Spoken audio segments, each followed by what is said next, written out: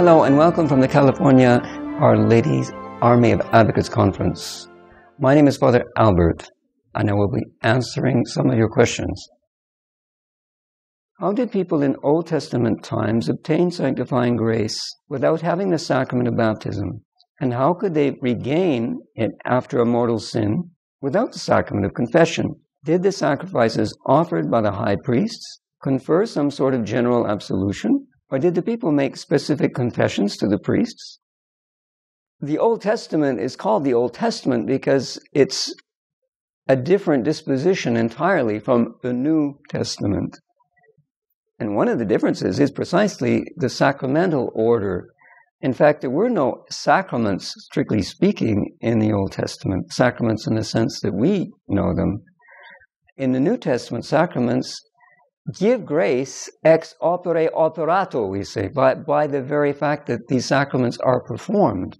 In the Old Testament, there were sacraments, but they didn't have the same meaning, and they didn't work ex opere operato. They worked ex opere operantis, that is, by the work of the one who works, that is, the one who performed these sacraments or received them by the acts of his soul, by his acts of faith in particular. He received grace, but it wasn't the actual sacrament itself that produced this grace in his soul as it does in the New Testament.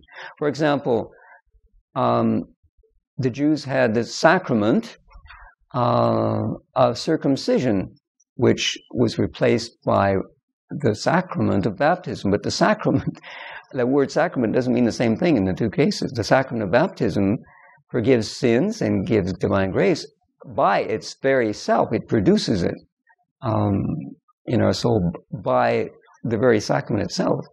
Whereas circumcision worked through the faith of the people who received the sacrament or gave the sacrament. For example, the child, obviously, wasn't his faith that obtained for him the grace, but by the faith of his parents and the faith of the old church, the Old Testament church, he would receive the remission of original sin. And it's the same for the other sacrifices in the Old Testament times. They had a certain efficacy because God attached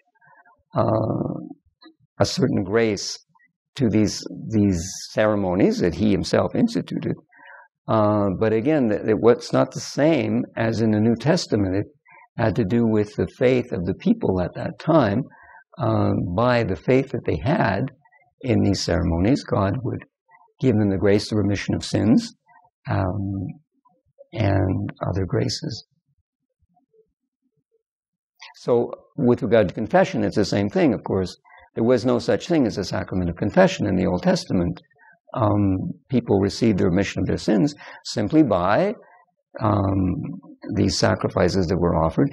At times, the very fact of offering a sacrifice was an implicit confession that you committed a sin, because some sacrifices were prescribed in the Old Testament as something that had to be done in order to obtain a remission of sin. But there was no accusing oneself before a priest as there is in the New Testament. It's completely different. Thank you for watching, and may God bless you.